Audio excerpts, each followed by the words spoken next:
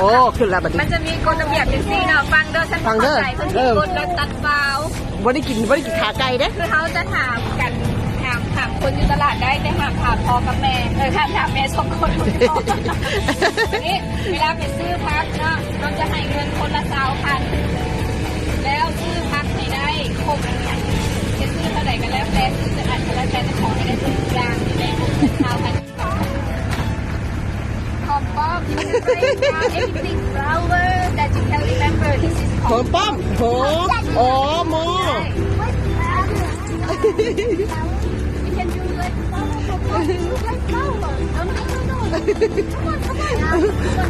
เป็นเจ็ดดาบมาดังหัว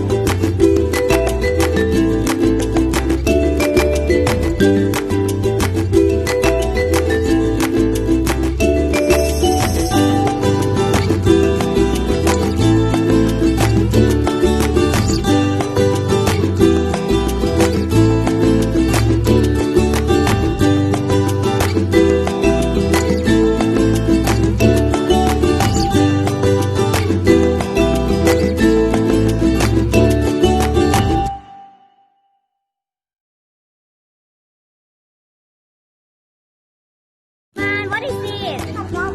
You ask them. You can go any other shop.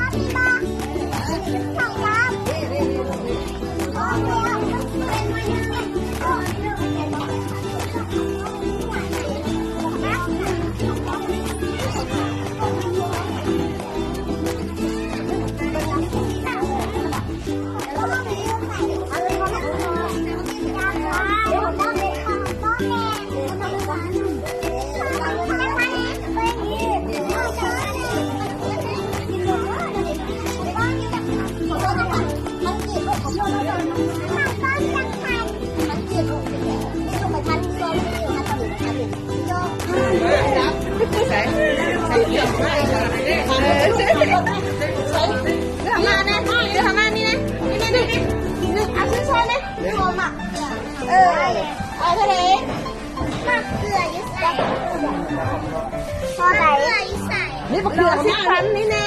เอาอยู่เพื่อนหน่วยเนาะลูกเนาะเอาเพื่อนมาหน่วย1 หน่วยเอาขึ้นไปจุ๊บเอาหน่วยนะเอาเลือกเอานะ10,000ล่ะโล10,000กาแฟนี่เดี๋ยวเอา2หน่วยนะเอาสั่งนะกาแฟได้เด้อกาแฟได้แต่งนี่แล้วจะขนาดแล้ว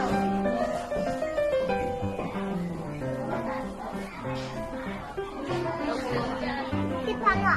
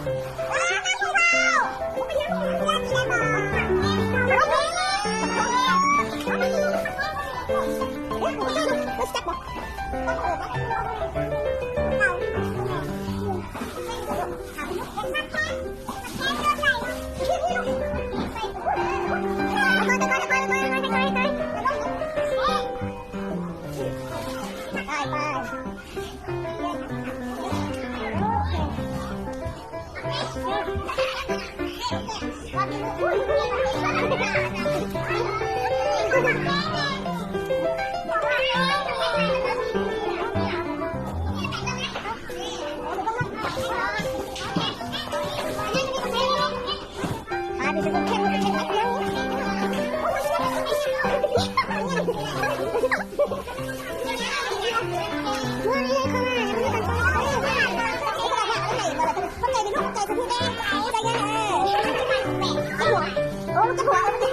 เอออย่างเนี้ย